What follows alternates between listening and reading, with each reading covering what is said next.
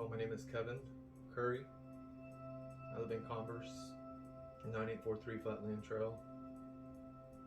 And I moved here in 2012. I was down here visiting my mother from Pennsylvania, and my grandmother passed away, and she left everybody some money. So I decided to buy a house while I was here. But I had, I got custody of both my children. And in Pennsylvania, I was able to bring them down here with me, and they did great. How old are your kids? 20 and 24. Okay, so are they here in San Antonio still? My daughter she's a nurse practitioner. Wow, that's fantastic. Yeah, she was in the accelerated college program at Judson High School.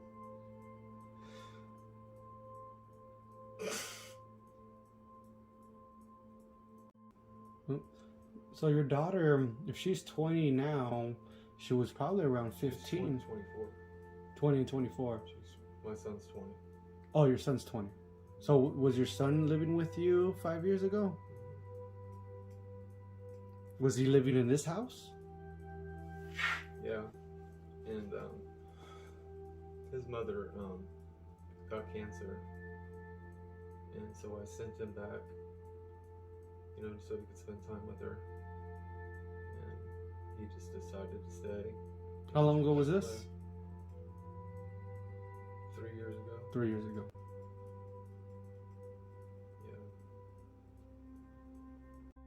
Yeah. I'm a grandfather.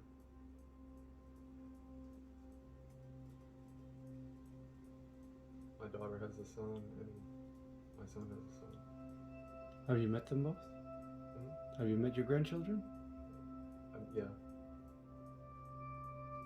Well, not my sons, but his girlfriend was pregnant when she came down when they visited.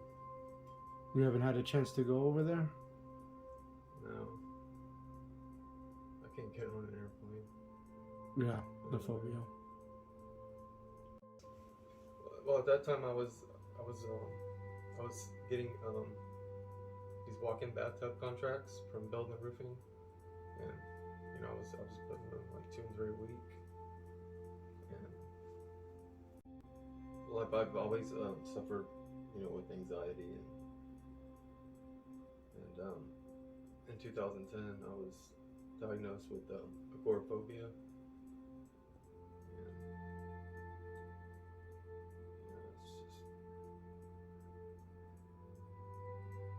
Sometimes I can't leave my house.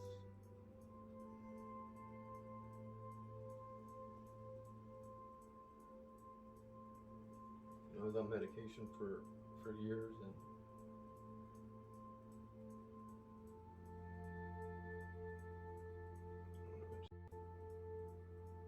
I just don't like living like this. So you recognize that this is not how you want to live. No. What would be ideal?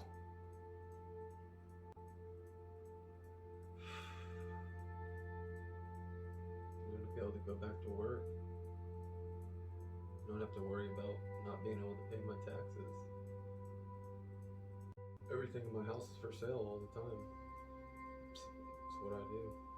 Do you sell like online, or do you go to the flea markets or farmers markets? Everywhere. I saw that you don't have a car. You just travel around on your bicycle? Yeah,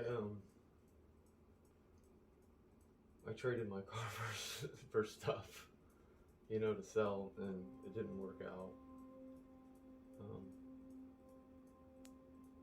Yeah, it didn't work out. How long have you been bartering, basically, to be able to take care of your bills?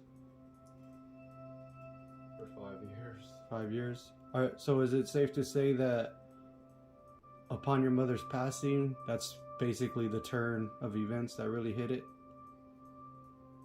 What'd your mother pass of? She had cancer. Cancer. Yeah, well, what originally happened, because I mean, since then I've kept my trash cans in the driveway. I haven't had an issue. Like, you know, I cut my grass all the time, but what it was a neighbor. He called code enforcement on me, you know, just to be, you know, a prick. And I let him park his car in my driveway. My son, him and his friends were using it as like their fort, you know, and he got upset about that, so he called code enforcement on me, and the guy just came over. He wrote me a ticket for my grass being too high, trash cans in the driveway, and junk vehicle, which was his vehicle that I had parked there. And you know, so I saw the fine, so I went over to the neighbors, told him to move his vehicle. And he wouldn't do it. I mean, he waited till they hit me, you know, hard with the fines. He wouldn't move the car. He had excuse after excuse after excuse. You know, I took care of my grass and trash cans, but the code enforcement officer, he just, you know, he kept coming by every single day. Every day.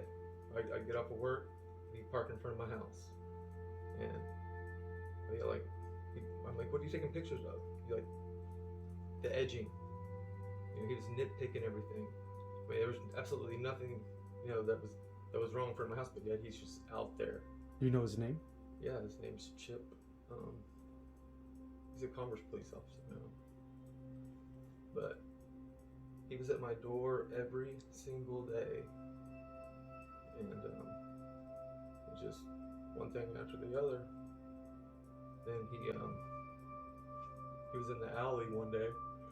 When I got home from work, he was back there taking pictures of my backyard from behind the fence.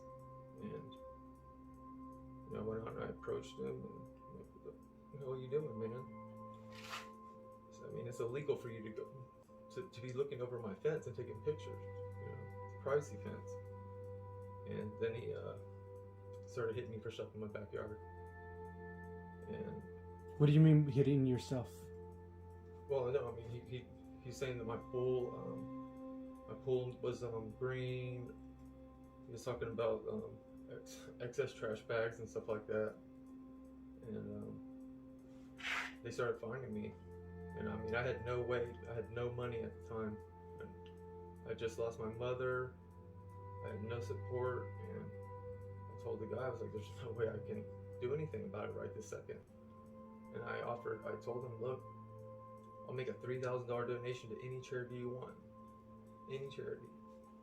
And as soon as my other house sells, you could just give me a freaking break. And he's like, my neighbor's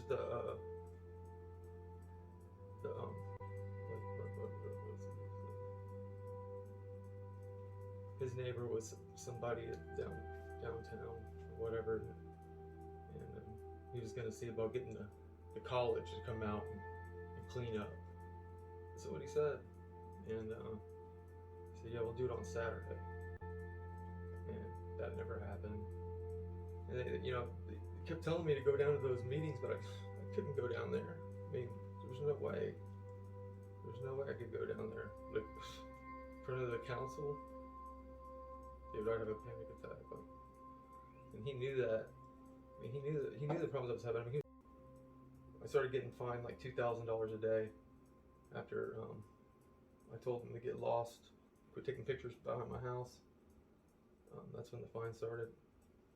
And I got a letter in the mail that said that I owed like $30,000. I'm like, for what? I mean, this guy said that he was gonna, like, you know, he was gonna stop the fining and all that stuff. He was gonna get the university kids to come down here and take care of it. And I was gonna donate $3,000, you know, to any charity in his name. And well, that didn't happen. So, I mean, I called Converse and I said, you know, I told them a little bit about what was going on, and they said that the harassment will stop but the lien will stay in place. So, I mean, I had taken care of everything that they wanted. The cops over at my house one day, because see, I've been to jail over this 4 or 5 times. Well, tell me about going to jail. Why? Why did Because I refused to pay them, you know. And I've been to court. I'd have to go to court every month. The judge was, you know, I talked to the judge every single month. Tell him sorry, making no payment, sorry. What does the judge say? You know, he was cool. The judge was really nice, but you know, just give me another month to think about it or whatever. You know, the judge. Well, then you know the COVID thing happened, so all that stopped. But I mean, cops would come over to my house looking for me. I had a cop draw on me, chase me into my house. That sun thorn in his face, you know, and he comes and draws on me. Is that why your door's broken? No, because my grass was too high.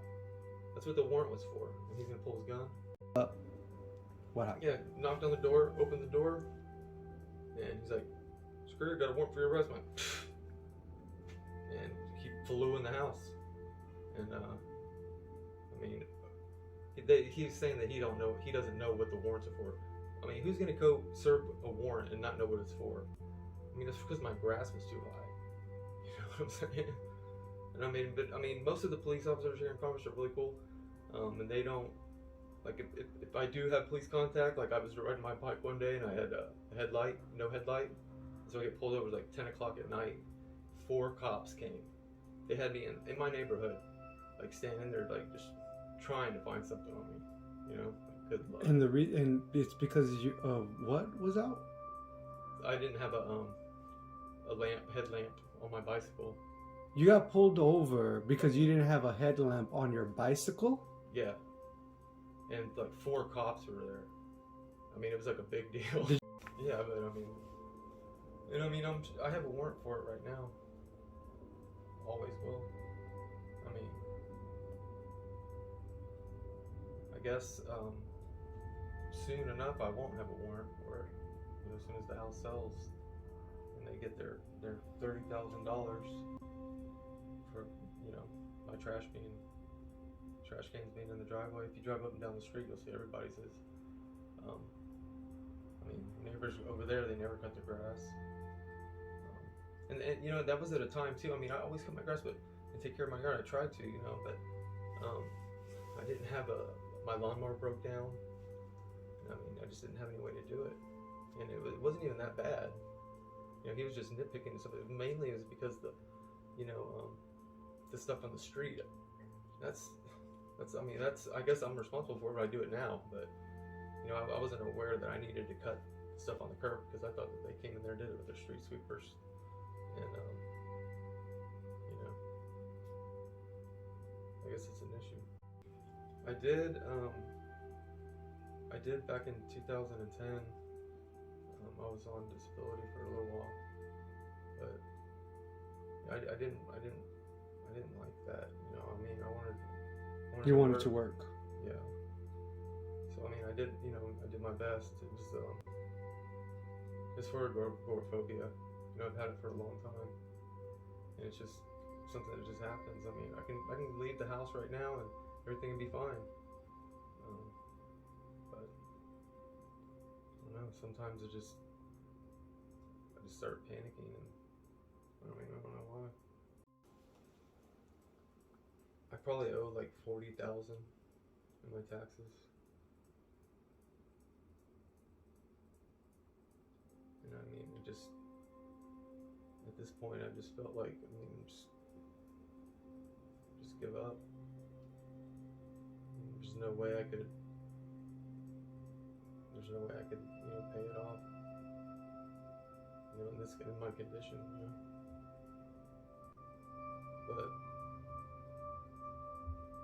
I mean, if I could start over, I would do every single thing in my power to make sure that I paid that tax bill every year.